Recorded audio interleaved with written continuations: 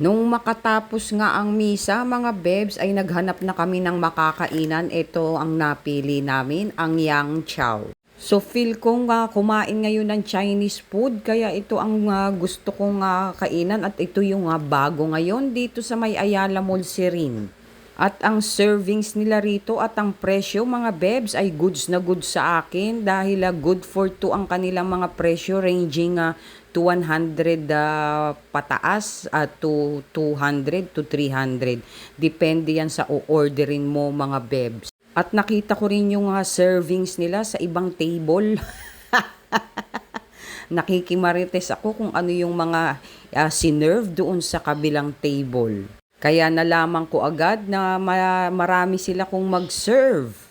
At iniintay na nga namin yung order namin, mga bebs, at hopefully wag naman masyadong matagal dahil panay inom na lang ako ng tubig.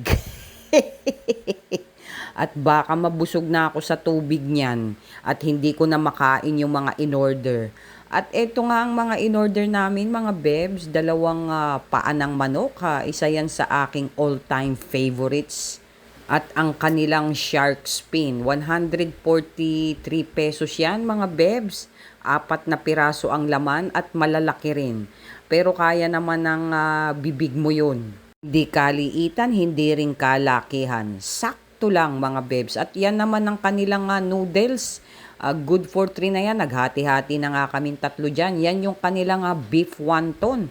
At masarap din yung noodles nila, mga bebs. At hindi masebo sa bibig. Mahilig kasi ako sa mga noodles, mga bebs. Lalo na kung may sabaw. At nang hihingi nga ako kay Kuya Waiter ng mainit na tubig dahil kanina humingi ako ng chopstick. Yan ang ibinigay nila, hindi yung disposable. Kaya kailangan ko ng mainit na tubig at isasawsaw ko yan. Kasi baka mamaya kung kani-kaninong bibig na nadut-dut yan.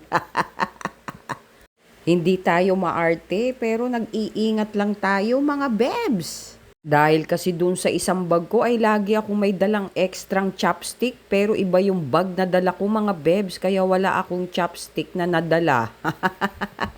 Pwede namang kutsara ang gamitin ko pero mas preferred ko ang chopstick, mga bebs, lalo na pag mga Chinese or Japanese ang kakainin ng mga pagkain.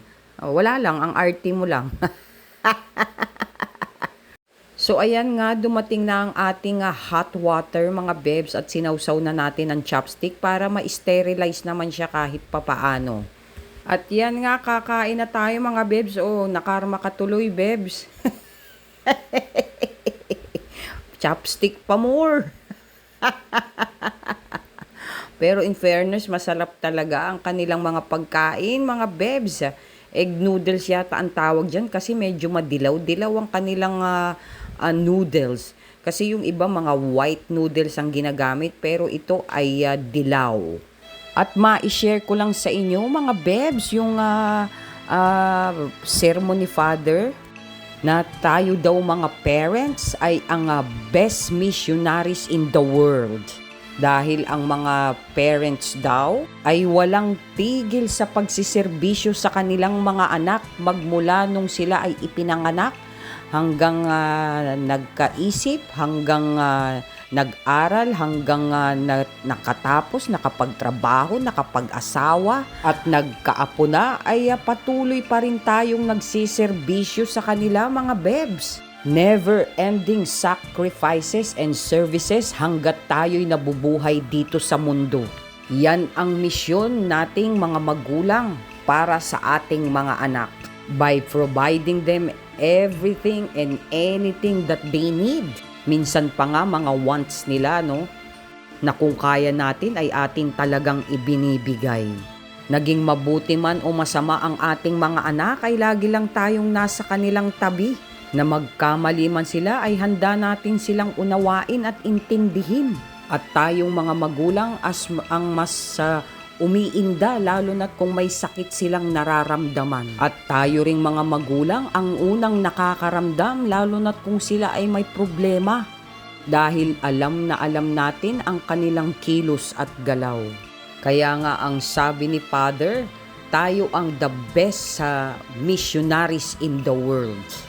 So shout out sa ating lahat at mabuhay tayong lahat mga bebs, tayong mga magulang.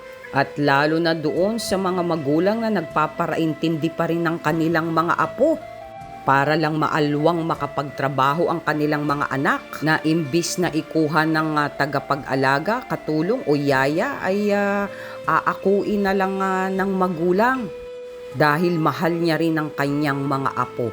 Dahil karugtong na rin ng buhay niya kung sino man ang mamahalin ng kanyang mga anak. So nakatapos na kaming kumain at lahat ay hindi pa lumalabas yung order ni Junakis. Lungkot yarn. So yun lang mga bebs. Good vibes sa inyong lahat. Bye-bye. Mwah.